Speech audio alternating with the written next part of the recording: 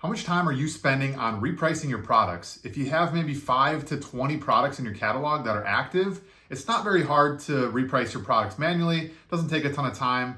But if you have more than that, it's going to actually start taking you more time to manually type in and change the prices, whether you do it daily, whether you do it a couple times a week, or whether you do it multiple times per day. All that time starts to add up, but luckily there are great ways to outsource this task, and that's with using repricers. There's repricers for all of your Amazon products, and I use Bqool for my repricing. I've used them for over 2 years, and it's a great tool. My name's Alex with AC Flips. I'm a full-time six-figure Amazon seller. In today's video, I'm gonna show you my exact strategies on how I reprice my products. I'll go into more detail later in the video, but I'm basically repricing my products 2 to 3 times per week, and I have anywhere from 30 to 70 active ASINs at all times. Now, off the bat, it might sound like it's taking me a ton of time to reprice, but the amount of sales that's generating is worth the time for me to be repricing. If you've been looking for a repricer, Bqool is a great option, and I do have a 14-day free trial and link in the description. And hopefully this video convinces you that it's actually worth getting. So let's jump on the computer so I can show you some examples and show you how I'm repricing all of my items. All right, so this is the dashboard for all of my products that I have repriced. Obviously, I have blurred a lot of my products here. I don't want to, just have this video be giving away all of my good leads because a lot of these products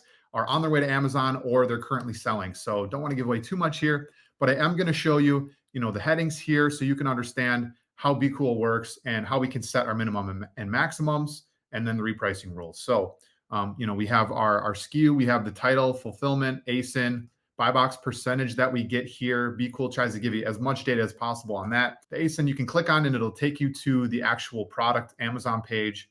And then we have our date created, the quantity in stock, your cost price, which again, this will calculate your profit at the current minimum and maximum prices. So you have your min max, the rule you want to set, your price shipping, the current price you have it listed at, right? If you send it to Inventory Lab or listed it on Seller Central, this is the price that's going to show up there. And then we have our low price that the product is currently selling at, and then the current buy box price as well. Units sold and estimated profit is just going to be a calculation based on how many units you've sold and how much profit you're making off of those items. The repricer does not go active until you have every column filled out, as well as this needs to be green. You'll see the plus button. We'll go through a couple examples, and this is not active. It will not reprice until you have this repricer active. So we'll make sure to do that, in the future. But I wanted to look at one of these products here because there's a couple different strategies that I'm going to talk about when repricing your items. So what I have here is a product that I purchased through retail arbitrage at $6.85. So it's a pretty big discount.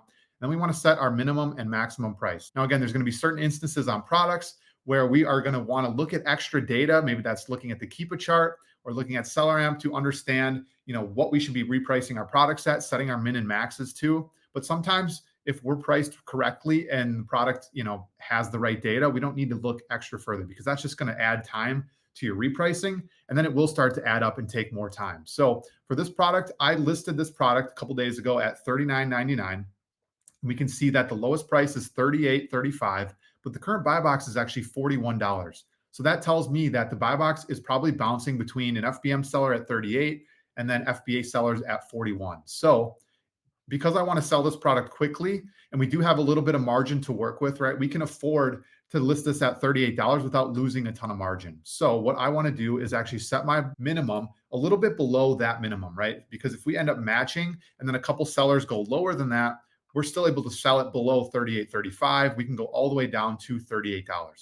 Now for our maximum, $41 is what the current buy box is at, but we want to make sure that if it goes even higher, we can still match that as well. So I'm going to set my maximum to $42. Now we can see at $42, what are we actually going to make on this product? You can click the calculator. It'll show you, at $38, how much profit you're going to make, at $42, how much profit you're going to make.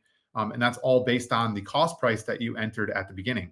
So for this product, right, it's a retail find and not going to always get this type of margin, but $20 profit. And if we list at 41, right, if it goes to 41, that'll be like a $19 profit, almost a 300% ROI. So this product is awesome. And we can afford for this, right, to go down to 38. We're still going to make a ton of ROI, a ton of profit on this type of product. So we're going to click save there. And then now we want to set our repricing rules. So there's a bunch of different rules.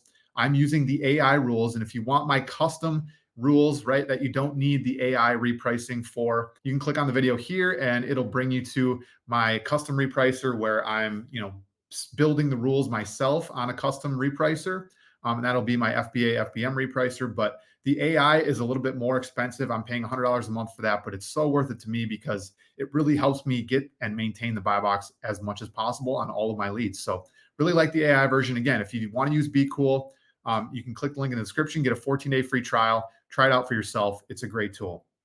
Anyway, so we have the Boost Profit, AI Boost Profit. That's basically going to try to get you the buy box. And then if you get the buy box, it'll slowly increase that price to try to increase your profits over time.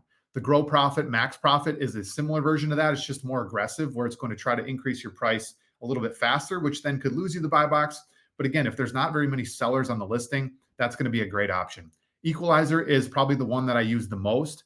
And that's just a very balanced, right? If you're within the range of your min and max, it's going to try to get the buy box as much as possible. Not going to tank your price always. It's not always going to go to the highest price, but it will get you the buy box quite often. And that's the one I use the most. Some of the other ones that I use is the Sales Booster. That's if I see the offer count increasing and I want to sell out of my product a little bit quicker, I'm going to use that one. The Sales Maximizer is only going to be used if the product has tanked. I just want to get rid of my stock, right? I'm going to use that to try to sell out as quick as possible. But most of the time, I'm using the AI Equalizer. That's giving me the buy box plenty of times. So that's what we're going to use here. And then we click save, and that will activate the repricer for this product, right? When you see this green plus, that means the repricer is enabled, it's active. It will actively change your price based on the current buy box measures. If you see it in this red state, it's going to be paused, it's not active. So if you don't have anything in stock yet, I don't suggest you set up your repricer for that yet. Wait till the product is in stock, and you can sort by the quantity, right? And it's going to show all the products that you have in stock, so you can modify your repricer on those items. But again, this information is great for us because we didn't need to do a ton of digging to understand what we could set our min and max to. And we know we're going to be profitable if the price does bounce towards the low end and if it goes to the high end. So now I wanted to show you a different product where we might want to look at a little bit extra data to understand where we should be setting our minimums and maximums. All right, so for this product here, we bought this for $16.84. Currently selling it at $31.80, but we can see the low price is $28.23, the current buy box $28.23. But I have it listed at $31.80. So, do I want to just drop my price all the way down to $28 to try to match the buy box? Or, is there an FBM seller that has the buy box and all the FBA sellers are getting the buy box closer to my $31? We want to understand that based on the Keepa chart, right? Because this is just a snapshot in time. It could be bouncing between sellers, and maybe FBA sellers are always getting the buy box above $31 and FBM sellers are only getting it at $28. So you don't want to just drop your price without digging into the data, because that data might gain you back a couple dollars in profit on some of your listings. So make sure you're doing that research on the products that don't quite make sense based on the current data. So again, we can click that ASIN. It's going to bring us right to the Amazon page. So let's take a look at the Keepa chart. All right, so based on the Keepa chart, we can see that the product is pretty consistently selling at this like $35 range here. And then we see that offer count go up recently. And now the product is actually dropped in price a little bit down to right around that $30 range.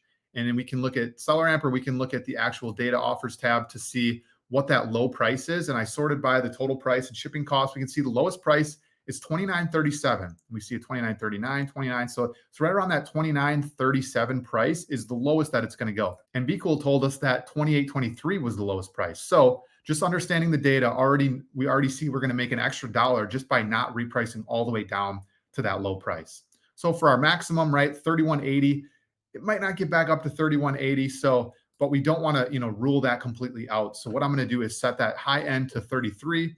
I could set it to 32, but in case we get back up, right, we want to make sure that we're capturing anything on the high end. And then for that low price, the minimum price, right, we don't want to go all the way down to $28.23. We know that the current low price is $29.37. So I want to go a little bit below that 29 because my mentality is I want to sell this product. It's not making me a ton of profit because I expected to sell it at $31.80. It's only going to be selling for maybe $29.50. So what I want to do is make sure I'm capturing all of the low end sales of this product, right? Again, Bqool might just have not updated their price on this, which is why they're showing $28.23. But we can see currently on the listing, no one's listed below $29.37. So we want to make sure that we're capturing $29.37. But if other sellers are matching that low $29.37, we want to make sure that if the price does creep below that product price, $29, we're 37 cents below what the current minimum is. So we can afford to go down a few cents to still be able to capture the buy box. Because if you set your price to $29.37, your minimum, someone prices it at $29.36, they get the buy box, all of a sudden you don't qualify because your minimum isn't below that. So I want to make sure we're capturing the buy box, but we don't want to go too low because we're going to miss out on some profits if we end up tanking all the way down to that low price when we know we can get the buy box or match FBA sellers, closer to that $29.37 price or even higher, right? So we're going to set that to $29.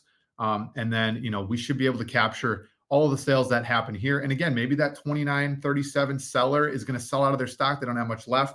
And all of a sudden that lowest price keeps creeping up closer to $30, maybe even closer to $31. So we're not going to actually drop our price as much, but we want to make sure we're capturing the current sales. So that way, we're going to always be eligible to get the buy box with our min and max range. So I hope you guys got some value out of this. I wanted to show you my exact process on how I reprice my items and then the strategy behind it, because there is definitely some different strategies you can do to reprice your products, whether you want to be repricing once a week or repricing every single day. So if you guys found this video valuable and helpful, subscribe to the channel and I will see you in the next video.